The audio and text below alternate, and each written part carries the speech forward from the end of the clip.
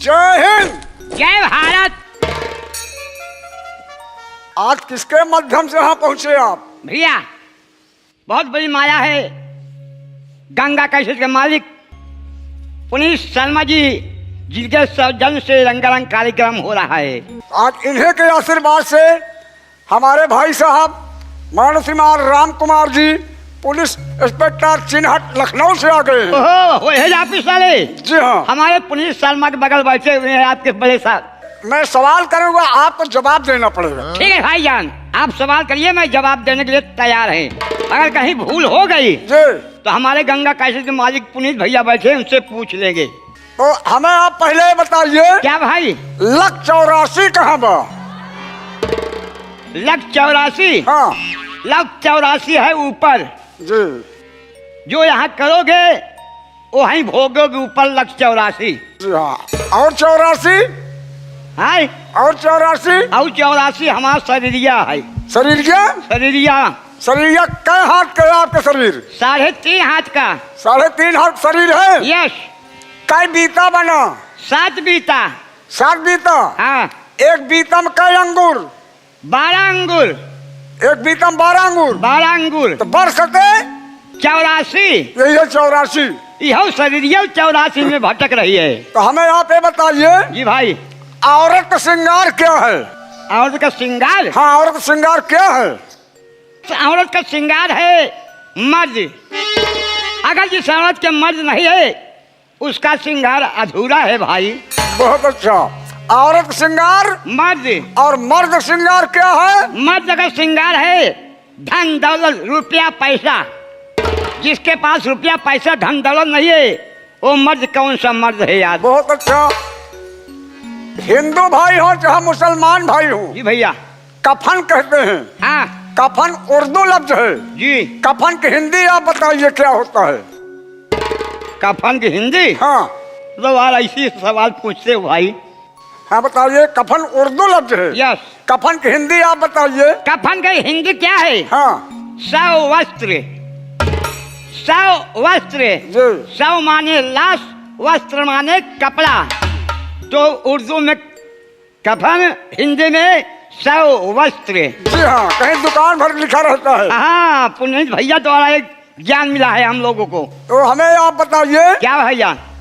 पत्नी अपने पति के इस शरीर से क्या चीज नहीं देती है? का करे भी हवा करी है। अरे बिया भले महल हाँ। मुला मर्द देंगे, मुला औरत जो है पत्नी अपने पति के शरीर से एक चीज नहीं देती है। क्या चीज नहीं देती है?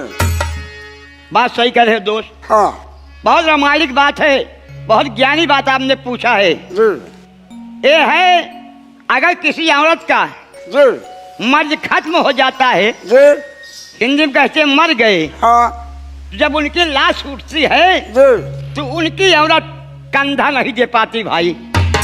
यही एक चीज है, औरत अपने पति को नहीं दे सकती। बहुत अच्छा बेटवा। या दादा, हमें बताइए श्री राम विशाला, कहिए राम लखन जहरीला। शराब पीने वालों का 3 फायदा बताइए। भाई शराब तो हम और पी थी भाई। अरे हम बहुत पियत रहे, मजे के 2 महीना खट जब भोगे उठ ही नहीं पाते रहे। हमारे भाई साहब पुलिस इंस्पेक्टर जी साहब हाँ हाँ हाँ। बहुत रुपया लगा, हमको ठीक करा दिए, बोला फिर भी अभी भी पीता हूँ। अरे हम बहुत मान, हम बहुत बिगड़ा गए। हमारे पुनीत भैया गंगा कैसेट मालिक ने कहा है, कहो श्री राम दरुइया कम करा कि नहीं। हम कहे भाई अब तो मेहरुआ ही मरी है, अगर हमको दारू छोड़ा देबा तो हम मरी। तो शराब पीने वालों को 3 फायदा बताइए। 3 फायदा? जी हाँ। जो शराब पीते हैं, हाँ आप पूछिए मैं बताऊंगा। हाँ, पहला फायदा। पहला फायदा, जो शराब पीते हैं हाँ, कभी बुलाएंगे नहीं। जिंदगी में कभी बुलाएंगे नहीं। बुलाएंगे नहीं। काहे बरे? जवानी में टीबी कैंसर हो जाए, निपुर गई है। शराब पीने वालों का पहला फायदा। पहला फायदा। और शराब पीने वालों का दूसरा फायदा? दूसरा फायदा, हाँ, उनके घर में कभी चोरी नहीं होगी। काहे बरे? जितना पैसा रहे शराब पी रही है, हाँ वह न बचे तो काठी लोटा बेच रही है, जी हाँ। वह न बचे तो घर द्वार बेच रही है, हाँ खेत बाड़ी बेच रही है, हाँ मेहरारू गहना गुड़िया बेच रही है। जब कुछ बचे न करे उनके घरे में तो के आए चोरिया ही करे। शराब पीने वालों को दूसरा फायदा जी। और शराब पीने वालों को तीसरा फायदा। दूसरा फायदा, कभी कुत्ता नहीं काटेगा। काहे बड़े न काटे कुत्ता। शराब पी के लुंडिया गई है, हाँ नशे में हो गई है, जी हाँ जाए के हमुच कहीं हाँ कुत्ता बैठा रहे रास्ता छोड़ दे, उसने कि हमारे पर भाड़ा पर हम नहीं पूरी आई। शराब पीने वाला तीसरा फायदा। हाँ बहुत फायदा, पुनीत भैया हमको बताएं सब। तो अब की बतावा ललना। बोला दादा। हे बतावा ललना, औरत मर्द के करेला है 22 कनवा बहनवा कुली बतावा ललना।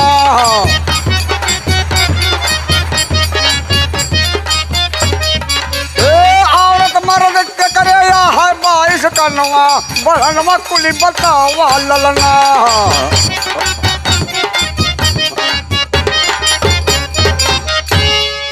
ऐसे ऐसे जगह फंसा देता दोस्त, सारे न पगले में आ न सारे खेल में आ। दो प्राणी के 22 कनवा कनवा नहीं सारे कहबा चपला हवा। दो प्राणी के 22 कान बतावा तो का खियाई पान। तो का सारे दिखाए हिंदुस्तान।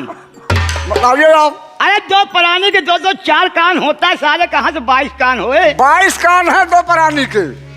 22 कान? जी हाँ। तो हमको फिर पुनीत भैया के पास जाना पड़ेगा, क्योंकि हमारे गुरु वही हैं। भाई भैया कहना है हाँ। रामायण क्या फंसा रहे हैं, बस मैं बताऊंगा। हाँ। अरे राम बयाना सब बताऊ भाई दादा, अरे रावण मन दो जर के रहल 22 कनवा बयाना सब बताऊ भाई दादा।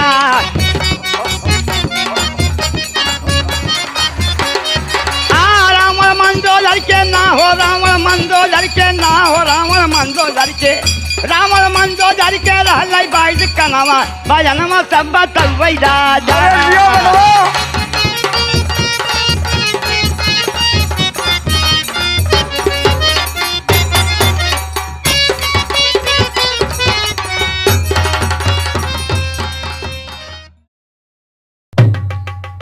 प्रधान जी, तो लीजिए एक रसिया है। कैसे रसिया है? सुना सुनाओ।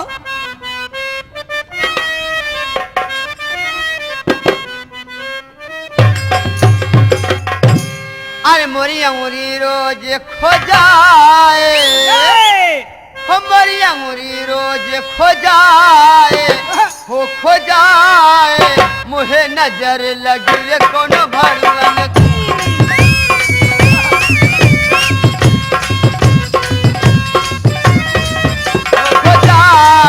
खो जाए मुहे नजर लगी रे कोनो भगवान।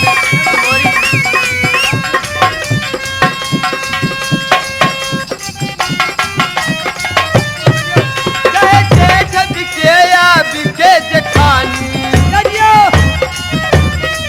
चाहे जेठ बिके या बिके जेठानी, चाहे बिक जाए तेरो रुमाल ओ रुमाल, मैं तो बैठूंगी मोटर कार में रह बिक जाए।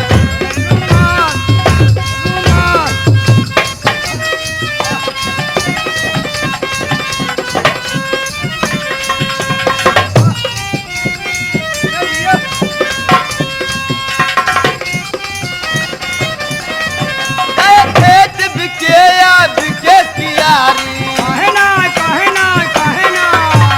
खेत बिके या बिके कियारी,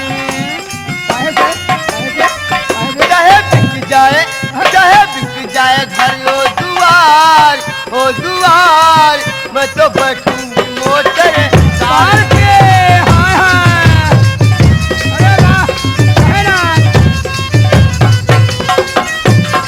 मोटर कार बैठी चाहे घर द्वार कुल बिक जाए।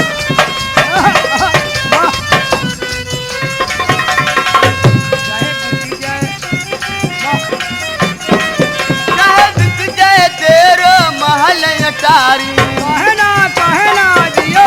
चाहे बिक जाए तेरो महल अटारी, महल अटारी, चाहे बिक जाए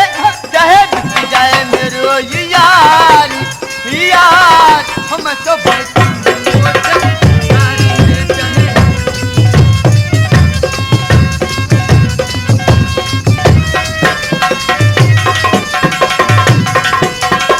हमारी अमरी रोज खोजाए हो खोजाए मुहे नजर लगी रे कोनो